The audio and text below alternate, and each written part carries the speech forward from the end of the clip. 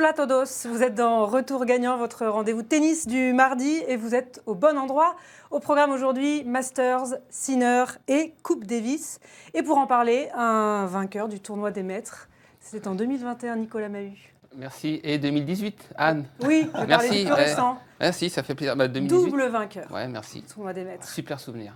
Bienvenue dans Retour gagnant. Merci à tes beaucoup. côtés, un finaliste d'un tournoi de double, licencié émérite du club de Boulogne-Billancourt. C'est vrai. Olivier Canton. Ça s'est joué au super tie-break, vous imaginez un peu quand même. C'est- Ça s'est joué à C'est rien. le mental. Ah, le mental toujours. La technique quand même beaucoup aussi. Il y a une grande progression, hein, Olivier. Il s'entraîne très dur, Mais très Il assidûment. est un bon coach. je vais avoir un coach bientôt.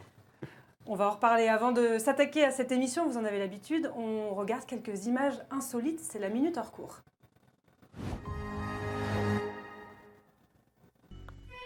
Alors il y a ceux qui enchaînent Masters et Coupe Davis et il y a Stefanos Tsitsipas qui s'amuse dans un bolide à Monaco. Puis il y a ceux qui font de la méditation en lévitation et en souplesse comme Novak Djokovic réalisé avec trucage bien sûr. On retrouve Stefanos Tsitsipas qui a changé de moyen de transport après le bolide à Monaco, le karting à Brignoles. Diego Forlán, regardez, l'ancien buteur de l'Atlético Madrid a disputé à 45 ans son premier match de tennis professionnel, la reconversion en double lors du Challenger de Montevideo. Il s'est malheureusement sèchement incliné, malgré quelques jolis coups comme ça. On continue le périple avec Stefanos Tsitsipas en grande forme, le voilà. Cette fois-ci à bord d'un hélicoptère et il joue le DJ, Stefanos. Loin du karting et des grosses cylindrées, Nadal, lui, s'entraîne dur pour être prêt à temps pour la Coupe Davis qui démarre aujourd'hui. Et il n'a pas perdu la main, le taureau de Manacor. Pas mal. Hola todos, c'est la dernière semaine de compétition de la carrière de Rafael Nadal. On a tous envie de le voir quand même, celui-là. On va revoir quelques coups droits, Rafa. Enfin, en tout cas, moi, je vais regarder. Je ne sais pas vous, mais moi, je vais regarder, ça, c'est sûr. On espère qu'il jouera déjà, c'est pas sûr. Il jouera, simple ou double, mais il va jouer. Ah, Alors là, je veux bien parier, mais il sera sur le terrain. quel compétiteur acharné. Ouais. Il veut parier Non, mais- surtout, Tout de c'est suite, le incroyable. pari. Eh oui, bah Gagne. oui. Il jouera, c'est sûr. Il y en a un autre qui est attendu en Coupe Davis, c'est Yannick Sinner. On va bien sûr revenir sur le sacre de l'Italien à Turin lors du Masters, son premier tournoi des maîtres. Il a pris le pouvoir cette saison et ça s'est conclu donc par ce titre. On l'avait vu venir après une saison énorme, peut-être pas dans ces proportions-là. On va se demander si c'est le début d'un règne sans partage pour l'Italien. Il a eu des stats dignes du Big Three cette année, Nicolas, Olivier. On s'attendait à ce qu'il soit performant, mais peut-être pas autant, quand même, en 2024. Alors moi, j'ai été vraiment époustouflé, impressionné par la saison de Sinner. Évidemment, on le voyait progresser, on le sentait qu'il allait potentiellement devenir numéro 1 mondial, avec une rivalité avec Alcaraz. On l'avait senti l'année dernière, mais dominer à ce point cette saison, on va le voir, pratiquement très peu de défaites. Allez, il y a Alcaraz qui l'a battu. Vous On avez les enlève, stats qui s'affichent, si on enlève un peu sa défaite de Monte-Carlo, qui ouais, dans en des plus, il s'est joué circonstances, sur un coup du sort. Et il y a Medvedev qui le bat à Wimbledon, il y a Alcaraz, et puis c'est à peu près tout. Il a une défaite contre Rublev cet été, mais c'est vraiment très, très, très impressionnant sa saison. Et puis l'évolution de son jeu, on l'a vu sur le Masters, la manière dont il a servi, la manière dont il a encore amélioré son jeu au filet. Il n'y a pas d'équivalent en cadence du fond du court. C'était vraiment... et puis surtout, c'est la gestion des événements. On sait quand même qu'il est sous le coup d'une suspension potentielle, et malgré ça, il ne perd pas un match. Donc moi j'ai été vraiment impressionné, très impressionné par Sinner cette année. Ouais, ce qui est marrant, c'est qu'en début d'année, on avait demandé aux consultants d'imaginer la saison 2024. Et ça permet de remettre en perspective, parce que c'était loin d'être évident de penser que Sinner allait gagner ne serait-ce qu'un titre en Grand Chelem. On était plusieurs à imaginer, ils étaient plusieurs à l'imaginer en finale. Oui, parce qu'il sortait de son gros enchaînement de fin de saison Ouais, et mais sa c'était victoire pas en Coupe évident de Davis. l'imaginer ne serait-ce que vainqueur en Grand Chelem. Ouais. Et finalement, ça se joue à pas grand-chose. Vous imaginez, en finale l'Open d'Australie, quand il est mené 2-7-0 par Medvedev, là, on en est très loin de cette saison ensuite qu'il allait dominer. Non, c'est époustouflant. Il n'y a que 4 joueurs qui l'ont battu. C'est vrai que c'est phénoménal. Il a quoi, une défaite sur ses 27 derniers matchs. Alors, évidemment qu'il va régner. Moi, je le vois. Je pense qu'il va régner encore la saison prochaine. Déjà, il a une avance colossale en termes de points au Oui. classement. Après, sans partage, c'est pas totalement d'accord parce qu'il y a Carlos Alcaraz, qu'il a quand même battu 3 fois cette saison, lors de leurs 3 confrontations. Ils mènent d'ailleurs dans leur face-à-face, ça fait 6-4. Donc il y a aussi Djokovic, il ne faut pas l'oublier, parce que là, Djokovic n'était pas là, par exemple au Masters. On sait que Djokovic est quand même capable de l'inquiéter. Il déborde d'ambition, le Serbe, donc je pense qu'il va arriver à l'Open d'Australie, il va être quand même assez chaud. Donc je ne vois pas non plus dominer outrageusement comme il l'a fait cette saison. Je sais pas ce que enchaîner des saisons comme ça, c'est exceptionnel. Ça n'arrivera peut-être plus jamais. C'est le plus dur qui commence peut-être maintenant pour lui. Ouais, je sais pas. En tout cas, moi, je trouve que c'est un joueur qui continue de progresser. On sent qu'il a la tête sur les épaules. Il gagne le Masters. On a l'impression qu'il a gagné un 250. Il n'y a pas beaucoup d'émotion chez lui. C'était l'objectif. Mais il est tout le temps en train de faire évoluer son jeu. Et moi, j'espère que derrière, ça va pousser fort et qu'il va y avoir de la concurrence et moins de domination de sa part. Je ne le vois pas gagner autant. En tout cas, je le vois continuer à être numéro 1 mondial et à être performant, ça c'est sûr, si il n'est pas rattrapé par la décision du TAS. Parce qu'il y a quand même cette épée de Damoclès au-dessus de la tête. Il y a peut-être ce sentiment d'urgence un peu pour lui aussi, de gagner tant qu'il pouvait jouer. On verra. Il faudra quand même surveiller cette nouvelle et cette annonce. Oui, on rappelle, il est donc toujours sous la menace d'une suspension après l'appel de l'Agence mondiale antidopage suite à son contrôle positif en début d'année. On ne sait absolument pas quand la décision va tomber. Non, parce que l'enquête prend un peu de temps. Il va être à nouveau entendu, a priori, l'Italien sur cette histoire de contrôle positif. Ils ne remettent pas en cause le fait qu'il se soit dopé. Ils disent qu'il est de bonne foi, mais par contre, ils estiment qu'il y a une responsabilité dans la gestion de cette affaire. On a retenu 3 stats donc, pour Jannik Sinner. Seulement 6 défaites en 2024.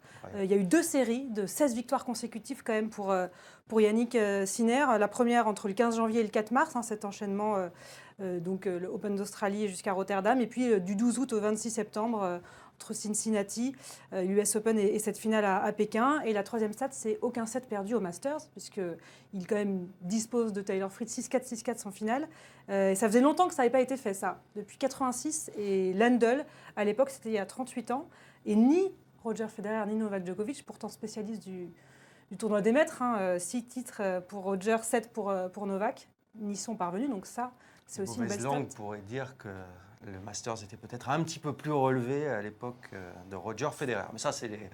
Laquelle vous retiendrez de ces 3 stats? Les 6 défaites moi, les gains, parce qu'on n'en parle pas, il vient de prendre 11 millions de dollars en 10 jours. Entre l'exhibition en Arabie Saoudite et là, il a pris presque 5 millions. C'est un record aussi au Masters, il a pris 4,8 millions exactement. Alors moi, ce que j'allais dire, je pense qu'aujourd'hui, on ne va vraiment pas être trop d'accord avec Olivier. C'est que des stats qui étaient vraiment impressionnantes. Moi, les gains, c'est vraiment le truc que je ne regarde pas du tout et qui ne m'intéresse pas. En revanche, j'ai une stat qui n'y est pas et qui, moi, m'a vraiment plus parlé. Il peut devenir, suivant son résultat et son parcours en Coupe Davis, le 3e joueur de l'histoire, après Borg en 80 et Federer en 2005, à remporter au moins un set dans chacun de ses matchs. Même les matchs qu'il a perdus, il a au moins remporté un set. Donc ce serait la 3e fois de l'histoire du jeu. Même McEnroe en 84 l'a pas fait, même Djoko en 2011-2015. Donc ça serait que le 3e joueur. Et ça, j'ai trouvé ça assez impressionnant. Passé combien de temps pour trouver ça? J'ai quelques sources aussi, mais un travail de recherche. Et j'ai trouvé quand même que c'était... on n'y pense pas, parce que c'est pas quelque chose qu'on regarde, mais ça montre quand même la saison. C'est-à-dire qu'avec un peu de réussite, avec un peu de réussite, évidemment, il a gagné des matchs où il était malmené, etc. Il aurait pu avoir 1, 2 défaites, peut-être 0. Enfin, c'est dire à quel point il a été, même quand il a perdu, très très proche de gagner malgré tout. Et ce qui fait peur, c'est qu'il est perfectible encore, notamment à la volée. C'est ça qui fait peur. Même s'il a accompli des énormes progrès dans ce secteur du jeu, il y a encore évidemment une marge de progression. On ne sait pas où ça peut le mener, mais en tout cas, c'est impressionnant. Vous avez vu Casper Ruud, ce qu'il a dit après sa défaite en demi-finale. Ça allait plus vite que... ça allait plus vite que Novak Djokovic, qu'il fallait vraiment être sur le cours pour se rendre compte de la vitesse de balle de l'Italien. D'ailleurs, cette prise de pouvoir, elle est un peu comparable à celle de Djokovic en 2011. Djoko qui gagne la Coupe Davis contre la France. Et ensuite, il fait une saison, en 2010, après il fait une saison incroyable en 2011 avec très peu de défaites. Et il avait lancé sa machine infernale, Novak. En 2010, il avait perdu contre Mikael Odra à Bercy. Et derrière, à partir de là, c'était domination sans partage. C'est peut-être remis en question. Voilà. Et tu as parlé, Nicolas, de la saison de Federer en 2005. Et il est sur ces temps de passage-là à peu près. Il n'y avait eu que 4 défaites pour 81 victoires pour Roger en 2005, donc 95% de victoires. On n'est pas loin avec ces statistiques pour Jannik Sinner. On a parlé des axes de progression. Il y a le facteur X, c'est Carlos Alcaraz, qu'on sent capable à son meilleur niveau de battre Sinner. On l'a vu plusieurs fois cette année, vous en avez parlé tous les deux. Et puis ce tennis disruptif, un peu surprenant, très créatif, qui peut mettre à mal la machine un peu supersonique, à dérégler cette machine Sinner. Est-ce qu'il y a d'autres profils sur le circuit qui peuvent gêner, contrecarrer l'ascension de Jannik Sinner? Aujourd'hui, à mon sens, effectivement, Alcaraz, il se positionne comme son plus grand rival. On peut assister un petit peu à ce qui s'est passé Nadal-Federer au début, même si eux, ce ne sera pas Nadal gagné sur terre, Federer sur gazon au départ. Ouais. Là, chacun peut gagner sur n'importe quelle surface, c'est ça qui est intéressant. Peut-être moins actuellement en indoor, où Sinner, il a un peu un avantage, mais c'est très équilibré. Aujourd'hui, ils ont de l'avance, ça c'est sûr. Moi, je sais qu'Olivier ne sera pas d'accord, je vois bien Zverev aussi se mêler un petit peu à cette bataille. Mais il faut que ça pousse aussi derrière. Il faut que des joueurs. C'est ça, est-ce que ça peut le pousser vers le haut, comme Nadal, Federer, Djoko ensuite se sont. Moi, je suis convaincu. Et puis, il va y avoir peut-être encore des joueurs un peu qui vont arriver, qui ne sont pas encore arrivés, comme c'est arrivé. Djoko, au début, il n'était pas là. Il est arrivé après. Ça va certainement aussi faire réfléchir un Daniil Medvedev pour retrouver en tout cas ses standards et les victoires qu'il n'a pas eues cette année.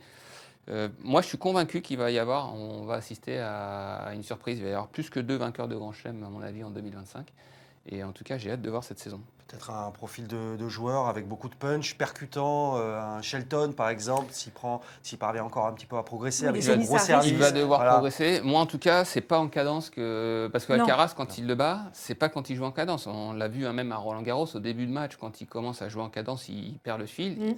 Il arrive à gagner quand il varie, quand il utilise ses amortis, sa créativité. Aujourd'hui, il n'a pas d'équivalent. Dès qu'il y a un joueur qui veut jouer en cadence, on voit Fritz qui aujourd'hui a son style de jeu. Il va travailler pour le faire évoluer. Mais en tout cas, son style de jeu d'essayer d'être en puissance, en cadence, il est impuissant face à Sinner. Donc il va falloir des jeux un peu différents pour pouvoir l'inquiéter. Ouais. Ça va être intéressant ça en 2025. Parce que même, on parlait de Novak. Novak qui c'est la version qui jeune de lui-même. Forcément, presque. Il est un peu moins bien, il est en train de baisser. C'est insuffisant. On l'a vu à Shanghai, perdre contre Sinner. Aujourd'hui, je pense que Sinner, dans ce style de jeu-là, est plus fort que Novak. Surtout un Grand Chelem sur les formats en 5-7. C'est un peu la question pour Djokovic face à Sinner.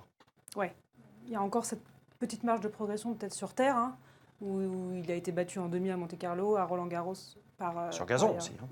Oui, il gagne quand même le tournoi de Halle.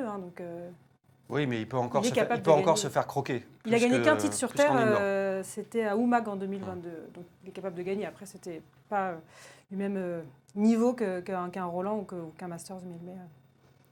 Mais bon, s'il y a des axes de progression, ça c'est intéressant aussi. Et on sait que lui, il veut toujours progresser, toujours mieux. Et ça va peut-être forcer les autres aussi à le faire. Il n'y a pas grand-chose en termes de progrès, à part la volée, parce que Taylor Fritz a parlé de son service, il a été incroyable au service en finale. Il a énormément travaillé aces, sur les balles de break, sur des moments un peu chauds, il a une grosse première, il a une grosse deuxième aussi.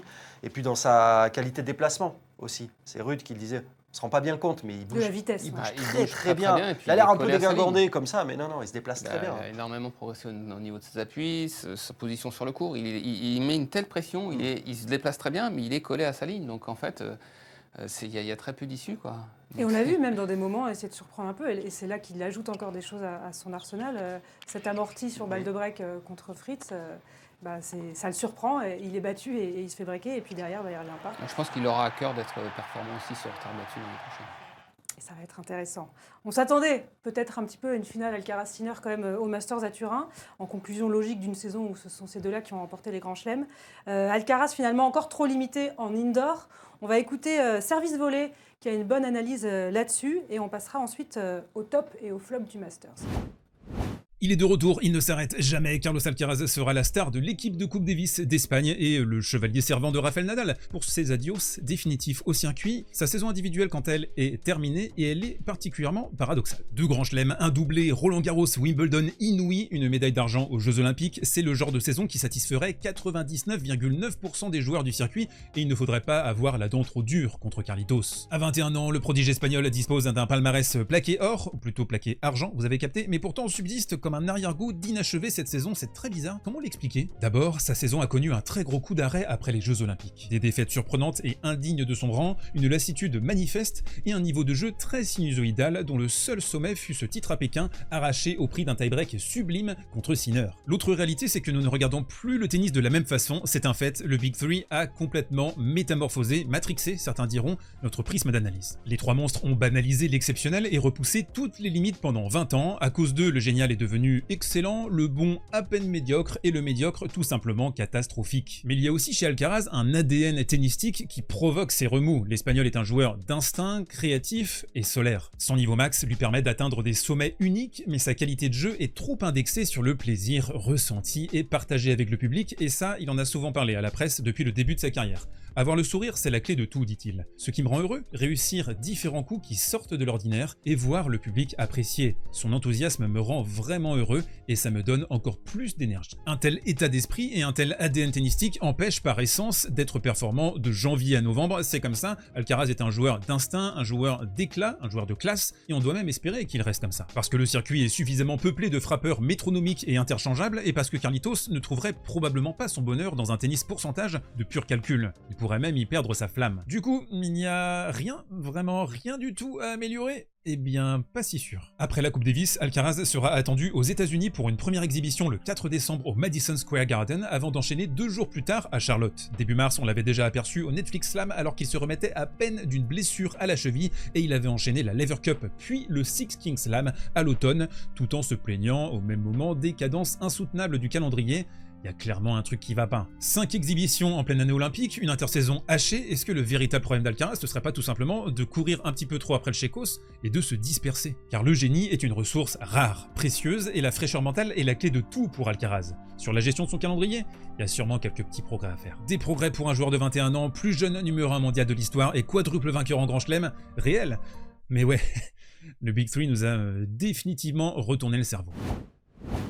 Il n'y a pas eu de finale Alcaraz-Sinner, même si, Nicolas, tu ne t'attendais pas forcément à cette finale à Turin. On va faire les tops et les flops. Il était malade, il faut dire, Alcaraz aussi. Ça oui, il n'était pas au top physiquement. Bah, moi je m'attendais, avant la compétition, je m'attendais à une finale Sinner-Zverev. Zverev qui est un de tes tops. Qui fera partie de mon top. Contrairement pas du bien. Non, ça c'est sûr. Non, mais Alcaraz, évidemment, on parle d'Alcaraz avec une saison un peu difficile. Sa saison, elle est quand même extraordinaire. Quand on gagne 2 grands chelems et qu'on est médaille d'argent aux Jeux Olympiques, c'est une saison exceptionnelle. Il signerait chaque année. L'enchaînement qu'il fait entre Roland et c'est pour ça aussi, on parlait. Oui, alors Alcaraz, il va avoir des difficultés en indoor, il va devoir progresser. Il n'y a aucune raison qu'il ne soit pas performant un jour. Il va devoir s'habituer, jouer peut-être un peu plus de tournois chaque année pour s'améliorer, être plus performant au service.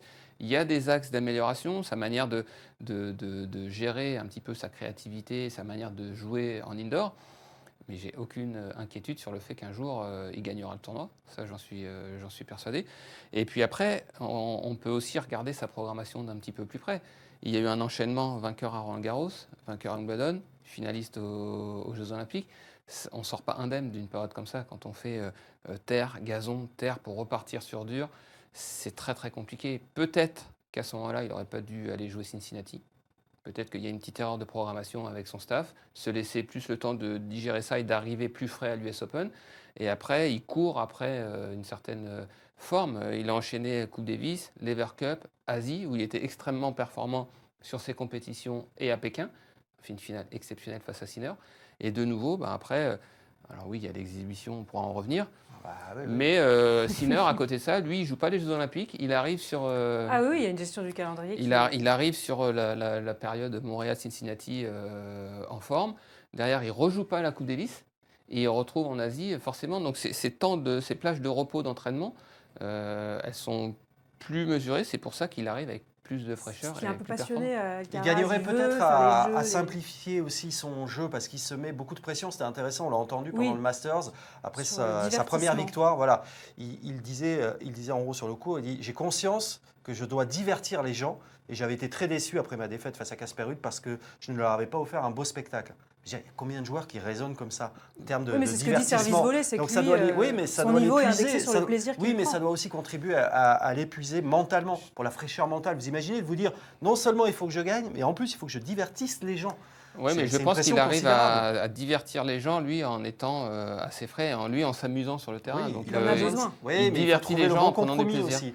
On le voit bien face à Zverev sur la balle de 7, je ne sais pas si vous vous souvenez, sur la balle de 7 de la première manche, où il tente un coup impossible et Zverev termine hilar, il n'en revient pas d'avoir remporté ce point et lui il se rassoit et il regarde son camp et dit mais qu'est-ce que j'ai fait, j'ai complètement déraillé. Voilà. C'est un équilibre à trouver un petit peu et il est très jeune. Pourquoi Zverev alors en top de ce Masters, Nicolas? Ah oui, ça m'intéresse ça. Ouais, moi en fait c'est tout simplement, alors oui, on va dire il a perdu contre Fritz pour la 3e fois, etc. Il venait de gagner Bercy, on l'attendait plus haut. Alors ça je suis d'accord, si on prend le résultat brut, ça peut être une petite déception parce qu'on l'attendait, en tout cas moi je l'attendais effectivement en finale. Pourquoi c'est mon top? Parce que j'aime sa réflexion, j'aime son état d'esprit, j'aime sa prise de conscience. Aujourd'hui, il est pratiquement obsédé par l'idée de gagner un grand chelem.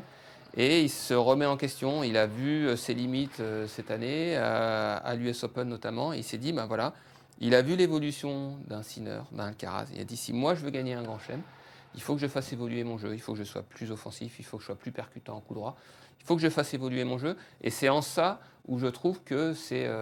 moi, ça m'a plu, ça m'a plu ce que j'ai vu à Bercy. Ouais, on l'a vu dès Bercy, cette attitude. Voilà, ça m'a plu ce qu'il a fait au Masters, même si...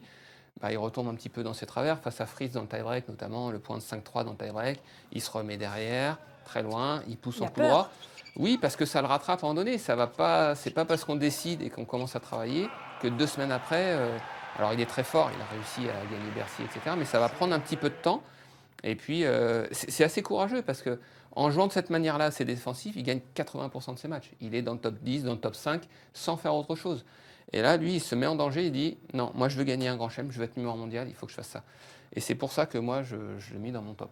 Le problème de Fritz, de Zverev, c'est que ce n'est pas en perdant contre Fritz que tu te construis une image de futur vainqueur en grand chelem. Alors c'est un super joueur, il est numéro 2 mondial, il fait une saison incroyable.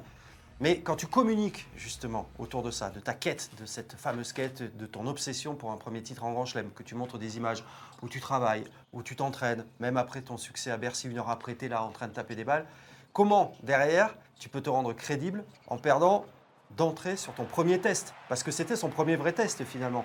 Ça remet en perspective, je regardais Bercy. C'est vrai qu'il y a le temps il gagne aussi. Bercy, très bien, mais il ne bat pas un top 10.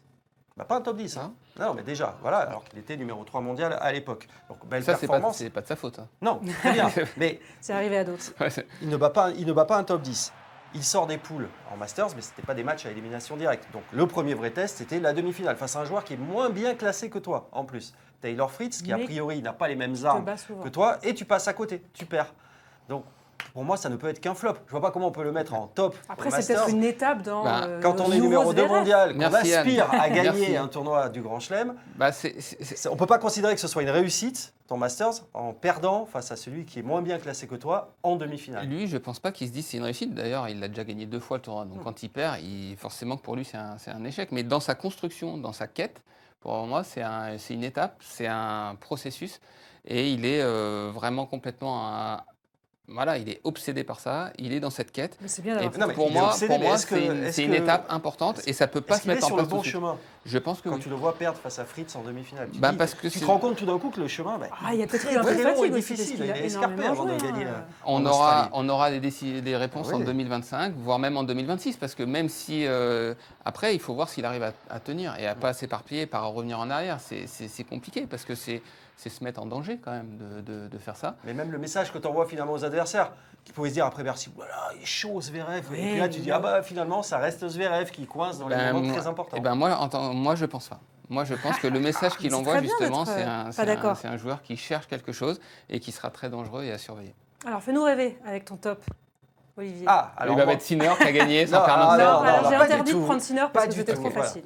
Anne, c'est la patronne, elle m'a dit non. Pas du tout, j'avais envie de rendre hommage à Casper Ruud. Oui. Parce que Casper Ruud, comme toujours, on ne le juge pas à sa vraie valeur. On le mésestime. Quand on dit Casper Ruud au Masters, on se dit oh là là.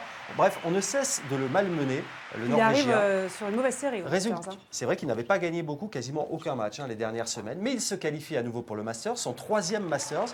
Il atteint le dernier carré. Alors ok, il prend une doudoune face à Sinner, mais finalement, tout le monde a perdu. Et tu fais son bilan au Masters. C'est sa 3e qualification. Il fait demi-finale en 2021. Il fait finale en 2022 et il est encore dans le dernier carré. Et quand tu te Ouais, penches il y a une sur son sacrée palmarès, régularité. il a quand même été numéro 2 mondial, il a été à un succès de la première place, il fait 3 finales en Grand Chelem. Casper Ruud, il serait français, mais il aurait une statue devant Roland Garros, il aurait un stade à son nom.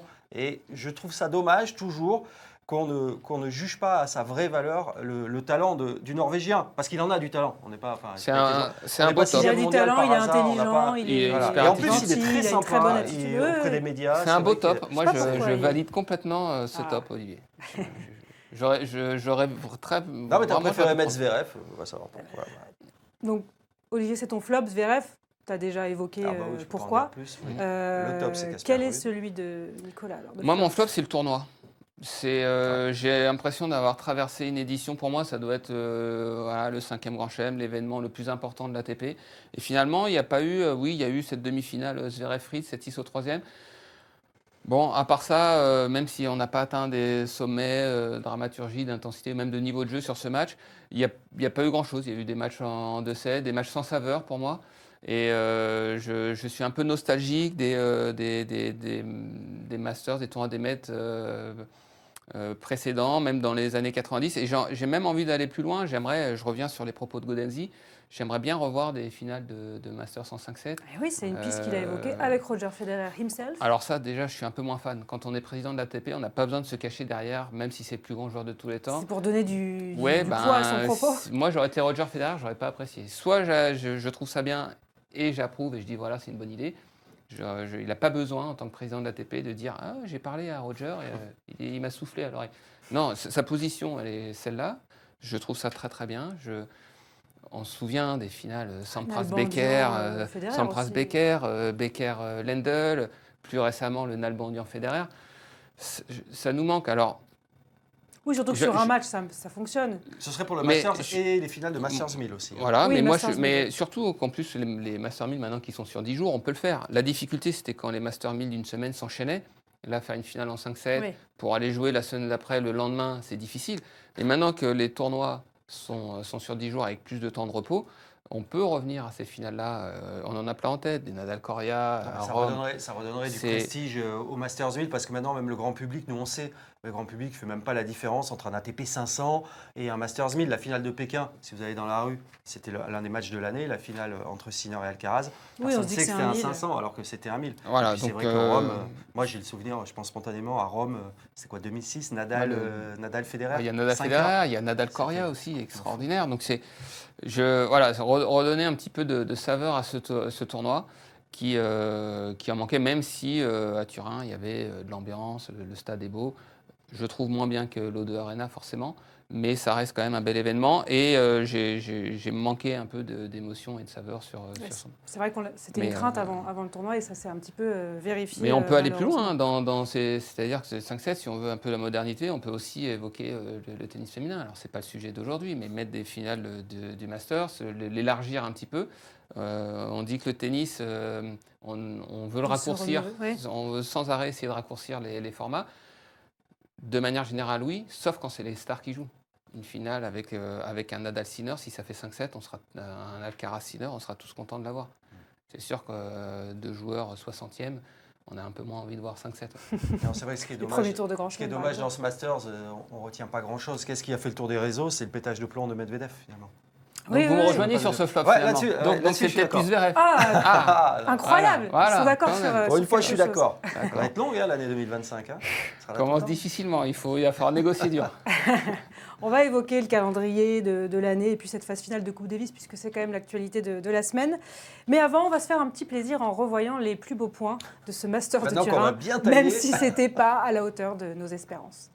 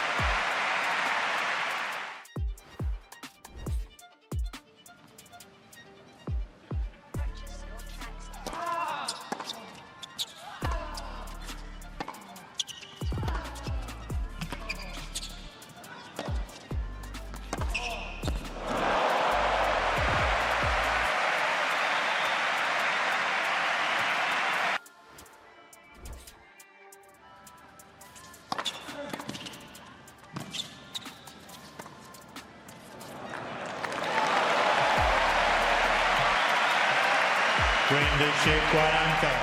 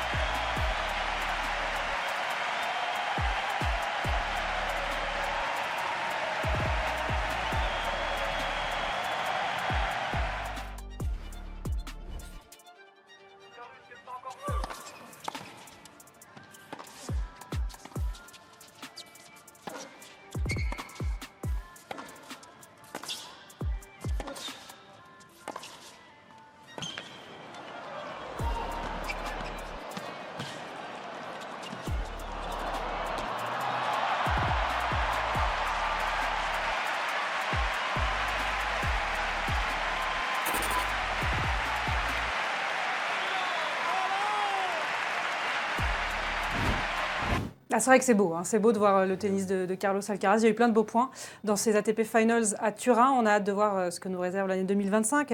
Aussi une finale Alcaraz-Sinner en Grand Chelem, on n'a pas eu quand même. Il y aura peut-être des Français dans Et ces on n'oublie finales pas ATP évidemment l'année les prochaine. Français. Hugo Humbert en a fait un objectif. Il n'y aura pas de Français en Coupe Davis cette semaine à Malaga, le Final 8 qui démarre aujourd'hui. Yannick Sinner, tenant du titre avec l'Italie de cette Coupe Davis, qui a bien provoqué un petit peu les foudres du patron de l'ATP, Gaudenzi, qui reconnaît que l'intersaison est trop courte, puisqu'on a beaucoup parlé de ce calendrier surchargé pour certains, et qui pointe la Coupe Davis, le format de la Coupe Davis, qui a une part de responsabilité dans cette saison trop longue et dans cette intersaison trop courte. Il a dit c'est dû en partie au format de la Coupe Davis. Quand j'étais joueur, la finale de Coupe Davis opposait 2 équipes. Maintenant, ce sont 50 joueurs qui sont mobilisés. Les joueurs n'ont pas assez de temps pour se reposer et pour régénérer leur corps. Alors, difficile de ne pas être d'accord avec le patron de l'ATP. Après, le format de la Coupe Davis, on en a parlé, reparlé, c'est facile pour lui de taper dessus puisque ce n'est pas dans son giron. Oui, mais alors on peut évoquer ce format-là. Très honnêtement, les amoureux du tennis, si Nadal ne joue pas la phase finale, ça va très peu être suivi. Nous, la France, on n'est pas qualifiés. Quand on parle même à des amoureux du tennis de manière générale dans les clubs, ils ne savent même pas qu'il y a une phase finale de Coupe Davis. Là, ils le savent parce qu'on en parle et que c'est la fin de Rafa. Mais sinon, ce format-là, l'ancien format, évidemment que ça devenait compliqué. Il fallait aménager, améliorer ce format de Coupe Davis. Mais ce qu'a fait Agarty, il a saccagé cette compétition. Donc ils essayent de revenir un petit peu. Chaque année, ça change de format. On a eu des poules avec 3 équipes. Après, c'était 4 équipes. L'an prochain, ça rechange avec un premier tour home-away et un deuxième tour home-away. Mais à un moment donné, il va falloir se poser, avoir un vrai format qui attire les meilleurs joueurs. Là où je le rejoins, Gaudenzi, c'est qu'avoir... alors, c'est pas 50 joueurs, c'est un peu moins, c'est une quarantaine de joueurs, mais 8 équipes. Ça fait quand même beaucoup de joueurs concernés pour la dernière semaine de compétition, alors qu'avant, c'était 10 joueurs. À l'époque, moi, j'avais proposé aussi un format, parce que c'est une compétition qui me tient vraiment à cœur, et ce serait de faire 2 premiers tours. Là, il y a 28 équipes, de faire évidemment un groupe mondial avec moins d'équipes, 13 équipes, mais avoir deux premiers tours, un premier tour classique home-away, un deuxième tour, et le vainqueur de l'édition précédente qui accueille un Final Four. Comme ça, ils ont 1 an pour préparer cette compétition. Et moins de matchs. Et on se retrouve, donc ça fait que 3 semaines. Avant, il y en avait 4 pour les meilleurs, donc ça fait une semaine de moins pour les joueurs. On commence à Miami, donc ça laisse le temps aux nations d'accueillir, d'organiser une rencontre. Et puis, ça permet aussi d'avoir une vraie ambiance. Aujourd'hui, c'est tout le temps à Malaga. C'est tout le temps l'Espagne qui reçoit. On n'a jamais vu une Coupe du Monde de foot organisée toujours par le même pays. Donc pour moi, il y a un déséquilibre à ce niveau-là. Alors que si c'est le vainqueur qui gagne et qui a le privilège d'accueillir, pour moi, ça aurait plus de sens. Patron de l'ITF bientôt, Nicolas Mahut. Après, Gaudenzi, il est quand même un petit peu gonflé. Parce qu'il parle de calendrier surchargé. C'est quand même lui qui a décidé d'étirer les Masters 1000 sur quasiment 2 semaines. Et il a dit qu'il n'était pas question de toucher à ça, que c'était un produit premium. Je le vois assez gonflé là, de critiquer le calendrier surchargé. C'est quand même lui qui a validé la Lever Cup aussi. Il l'a dit encore cette année. Qu'est-ce qu'il a dit ? Il a dit la Lever Cup s'est rapidement imposée comme un moment fort de notre saison.